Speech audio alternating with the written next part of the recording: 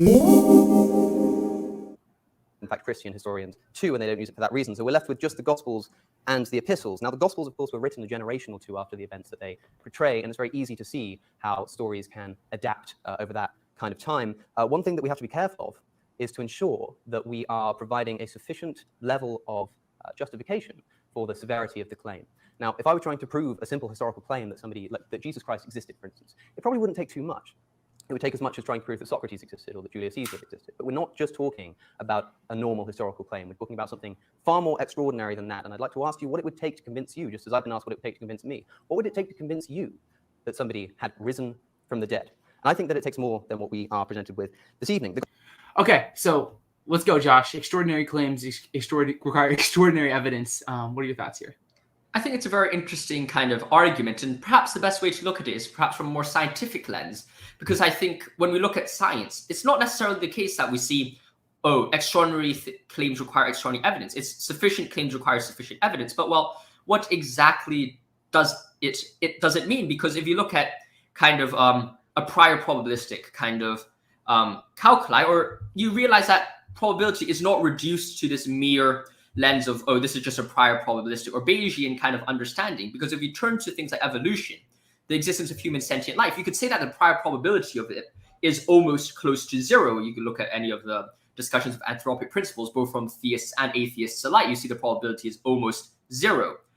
But in reality, you look at the situation, you say that prior probability actually doesn't really change the fact that we accept these as good scientific arguments. As a result, I don't think we can reduce anything to just extraordinary claims require extraordinary evidence, because I don't think priors or even probabilistic calculi simpliciter has any effect on what we should be accepting as strong arguments or not strong arguments. Yeah. So, I mean, I think I probably mostly agree with you. Like when I hear extraordinary claims require extraordinary evidence, like basically what I think about now more is like the idea that just like low priors need a lot of evidence. So, like if the probability of something is like seems low, like you're going to need a lot of evidence to like show that like this view is true.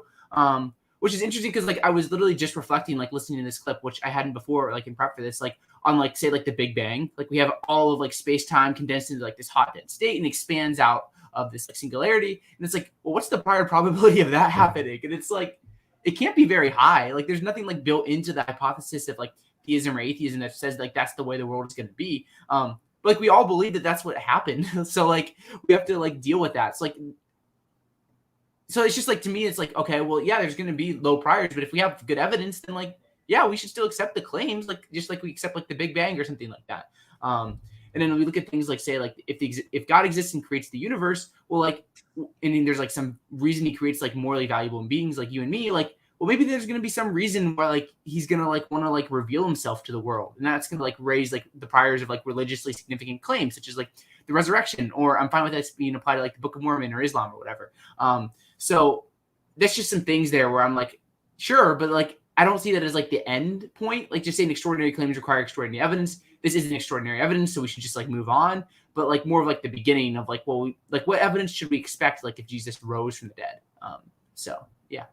I completely agree with you on that point, and I think it just demonstrates perfectly the idea that it isn't sufficient to just throw everything down to probabilistic. Not that I'm saying probability is bad or anything, but it seems just that when we're looking at every individual situation, there's a lot more which goes into it. Now, of course, a probabilistic calculus guy is going to come back to me and say, well, you're just putting all of that into probability calculus. But I do think that when we're looking at everything from a case-by-case approach, we realize that there is a way more complex situation than what initially just meets the eye. Mm-hmm.